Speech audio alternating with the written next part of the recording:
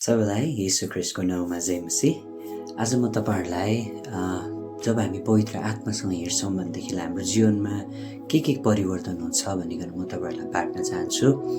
जब हामी पवित्र आत्माको अगुवाईमा जब हामी पवित्र आत्मासँग हिँड्छौँ, जब हामी पवित्र आत्माको आवाजलाई सुन्छौँ भनेदेखिलाई पवित्र आत्माले साँच्चै नै हाम्रो जीवनमा काम गर्नुहुन्छ।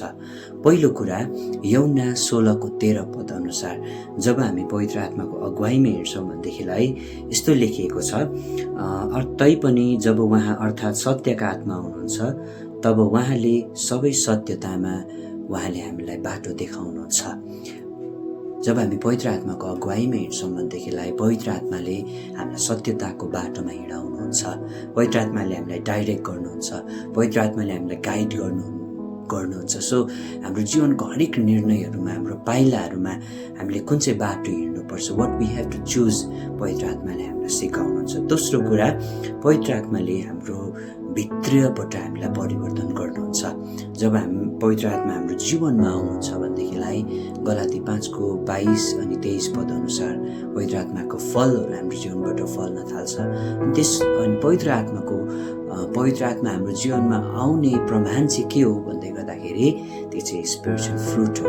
अनि जब हाम्रो जीवनबाट आत्माको फलहरू प्रेम, आनन्द, शान्ति, धीरज, दया, विश्वासता, भलाइ जब हाम्रो जीवनबाट देखा पर्छ भनेदेखिलाई it's a result, it's a consequence. जब हामी पवित्र आत्मासँग हिँड्छौँ भनेदेखिलाई पवित्र आत्माले हामी भित्रबाट हामीलाई परिवर्तन गर्नुहुन्छ।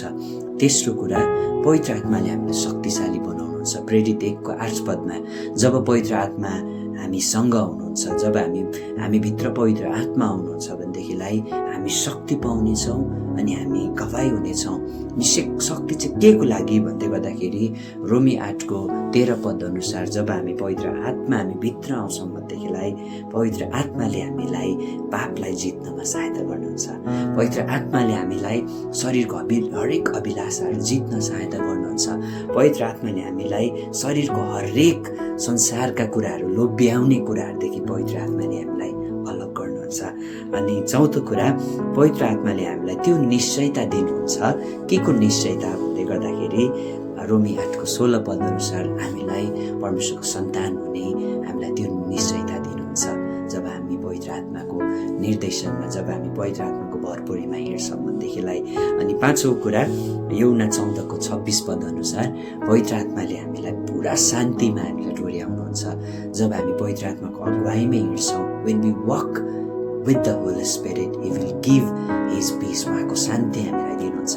हामी भित्र धेरै अशान्ति छ, हामी भित्र धेरै तनाव छ, हामी भित्र धेरै चिन्ता छ, फिक्री छ, तर पवित्र आत्माले चाहिँ हामीलाई त्यो शान्तिमा डोर्याउन सक्नुहुन्छ।